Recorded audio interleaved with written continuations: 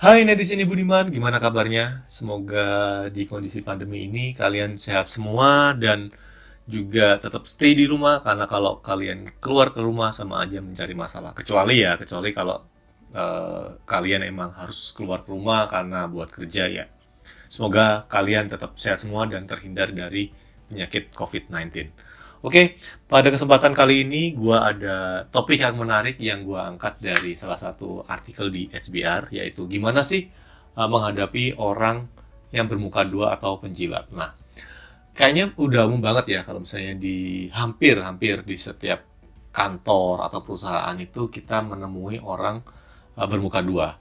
Dan yang bikin sebel biasanya orang bermuka dua ini karirnya cepet. Karena kenapa? Karena dia bisa nge-manage atasan dengan baik gitu.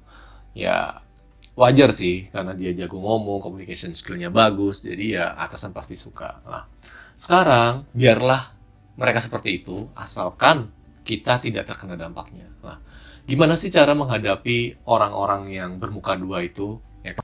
Hal yang pertama yang perlu kita lakukan adalah kita harus bisa mengidentifikasi orang-orang seperti apa sih yang bermuka dua. Nah, ini caranya gampang banget sih. Jadi kalau misalnya ada orang yang baik banget sama kita, itu lo harus hati-hati, ya kan? Karena biasanya kalau misalnya orang yang baik banget tanpa alasan, dia itu biasanya ada maunya. Jadi biasanya nih orang yang bermuka dua bakal apa ya? Ngeprospek orang-orang yang bisa ngasih beneficial buat dia. Jadi lo harus hati-hati lah. Gimana sih caranya tahu bahwa oh orang ini tuh biasanya emang orangnya dari sananya itu baik banget atau orang ini ada maunya lah. Saat orang itu baik banget sama lo, ada baiknya lo tanya temen sekantornya dia atau temen sedivisinya dia, emang orangnya baik banget ya?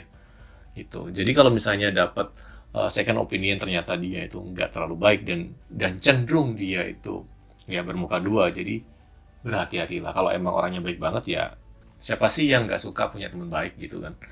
Jadi hal yang pertama yang perlu kalian waspadai adalah kalau ada orang yang baik banget tanpa alasan, kalian harus waspada dulu, jangan seneng dulu nih. Oke, setelah itu yang kedua, ini hal yang paling krusial. Jadi kalau misalnya kalian sudah mengidentifikasi orang itu bermuka dua, jangan sekali-sekali nyimpen rahasia berdua sama dia. Karena kenapa?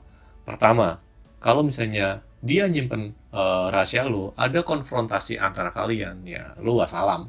Orang bermuka dua kan cenderung nggak bisa nyimpen rahasia, jadi ya rahasia lo di dia ya bakal ke blow up dengan sendirinya. Jadi lo harus berhati-hati. Dan kedua, kalau misalnya lo ada rahasia sama dia, apalagi masalah keuangan ya, masalah keuangan perusahaan, hindari. Karena kenapa? Biasanya orang-orang bermuka dua ini itu bisa ngasih jebakan Batman ke lo. Jadi kalau misalnya ada rahasia ataupun ada suatu hal yang dia itu omongin yang cuma ke lo, ada baiknya lo harus klarifikasi lagi ke orang lain. Atau baiknya lagi nih kalau misalnya si X atau si orang bermuka dua ini beritahu lo sesuatu yang lo nggak yakin, ya lo coba klarifikasiin ke orang tersebut dan bawa si orang yang bermuka dua itu. Karena kenapa? Karena kalau misalnya lo dapat informasi X dari orang bermuka dua ini, kemudian informasi Y dari orang lain, kan bingung. Jadi ada baiknya dipertemukan, dibuat clear bahwa oh yang benar itu kayak gini. Jadi tidak ada rahasia di antara kita dan itu bisa bikin lo aman. Kemudian yang terakhir, ini masalah cukup serius ya. Kalau misalnya lo ada konfrontasi sama dia, aturan utamanya adalah jangan sampai konfrontasi tanpa dilihat orang. Karena kenapa? Karena biasanya orang-orang yang bermuka dua ini pinter banget playing victim. Jadi lo harus hati-hati.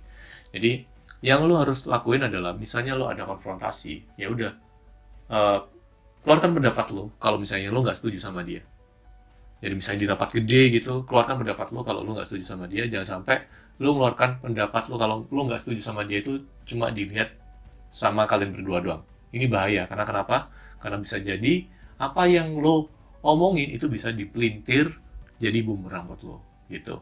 Tapi ingat, saat mengungkapkan pendapat ada baiknya ngomongnya secara sopan dan ngasih respect. Karena kenapa? Kalau misalnya lo nggak ngasih respect ke orang tersebut, orang itu orang lain bakalan hilang respect ke lo gitu. Jadi semangatnya adalah lebih kayak ngasih klarifikasi daripada nyerang dia gitu. Jadi bisa jadi orang lain itu bakalan lebih respect ke lo gitu. Oke?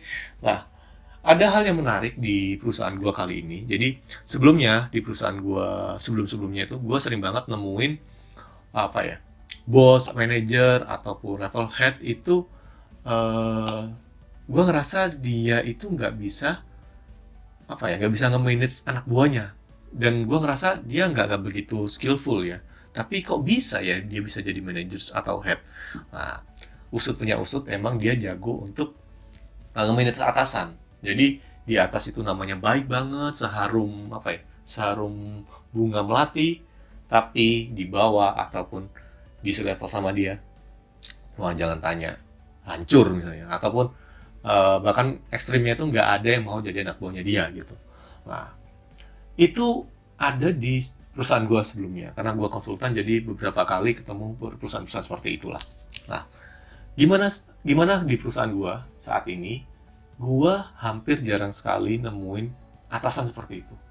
Jadi kalaupun dia bisa jadi bos atau jadi head ataupun jadi VP, ya emang dia pantas berada di posisi itu dan dia emang jago gitu. Nah, kok bisa seperti itu? Di tempat kita itu ada namanya 360 atau 360. Jadi penilaian kalau misalnya di perusahaan-perusahaan lainnya penilaian itu cuma dari atasan. Nah, di sini di 360 ini penilaian itu diberikan tidak hanya oleh atasan, tapi juga oleh bawahan dan juga teman selevelnya dia. Jadi atasan itu benar-benar tahu bahwa oh orang ini tuh kerjanya gimana sih dari sudut bawahan, terus dari sudut eh, teman-teman sekoleganya.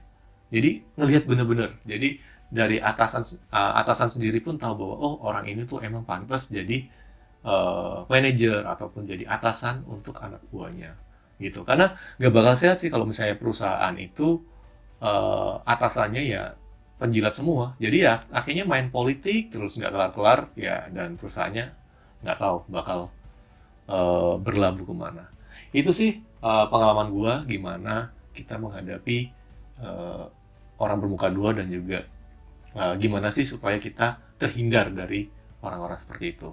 Lo punya pengalaman yang lain? Tinggalkan komentar di bawah, dan nanti kalau misalnya lo ada tips atau trik yang lain untuk menghadapi orang-orang tersebut, silakan juga tinggalkan komentar di bawah, kita bisa diskusi di sana. Oke? See you next time. Nanti mungkin ada topik yang menarik atau buku yang lain yang bisa kita bahas, gue bakal share lagi. Oke, see you.